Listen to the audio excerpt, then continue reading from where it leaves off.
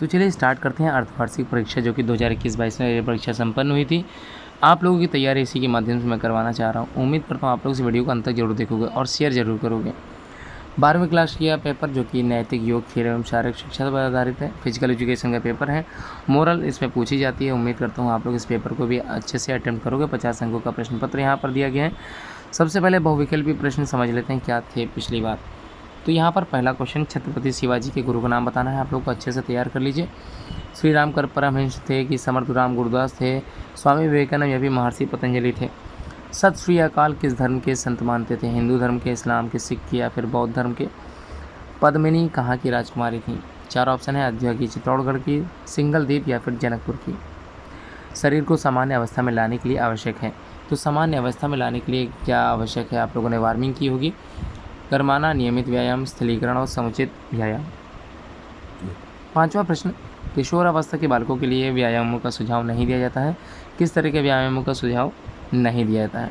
Basketball, baseball, पर्वतों पर चढ़ना या फिर बैठकर खेल खेलना। उसके बाद छठा जो प्रश्न यहाँ पर पूछा गया है, जगत के स्वामी को क्या कहा गया? आप लोगों ने अपनी मोरल साइंस की, माफ़ कीजिएगा, अपनी मोरल वाली किताब में अच्छे से पढ़ा होगा। करतार सिंह सराभा को किस जेल में फांसी दी गई थी? आप लोग जनरल नॉलेज से पढ़ सकते हैं। कुबड़ की रोकथाम के लिए आसनों का नाम बताइए। संवेग का अर्थ बताइए। शिराओं का कार्य लिखिए। खेल में मादक पदार्थों के प्रयोग को लिखिए। नीरज चोपड़ा द्वारा तथा बजरंग पुनिया किस खेल से संबंधित हैं? कठोर कार्य करने वाले व्यक्ति कितने कैलोरी ऊष्मा व्यय करता है? आहार के कार्य लिखिए। ये समस्त प्रश्न आप लोगों से पूछे जाते हैं। उसके बाद अंतिम प्रश्न जो कि यहाँ पर वेरी शॉर्ट से है, भारत खेल का सर्वोच्च पुरस्कार का नाम तथा दी जाने वाली धनराशि जरूर बताएं।